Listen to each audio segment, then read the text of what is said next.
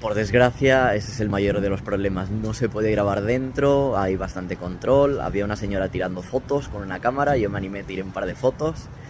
Y la señora que tenía al lado se me puso a quejarse en plan, no, no se puede hacer fotos. Y yo, ya, pero es que ella está con la cámara. Y a ella no le dices nada. Y dice, no, pues no se puede. Si se vuelve a poner con la cámara me dices. Y yo, muy bien, no voy a tomar más fotos. Pero como la pilla la otra haciendo fotos, verás tú, se va a cagar la perra. Y luego le pregunté a la acomodadora, le dije, oye, ahora en el descanso, después en el descanso cuando ya no había performance, ¿se pueden hacer fotos y demás? Y ahí sí, ya me dijeron que sí se podía hacer fotos. Ahí aproveché, tomé un par de fotos y ahí grabé algo. Ah, ojalá pudierais verlo, de verdad. O sea, para todos los que sois fans de... Para todos los que sois fans de Final Fantasy, realmente os encantaría esta obra, sin duda. Vale cada puto yen que cuesta. Y son de 12 de la mañana a 9 de la noche.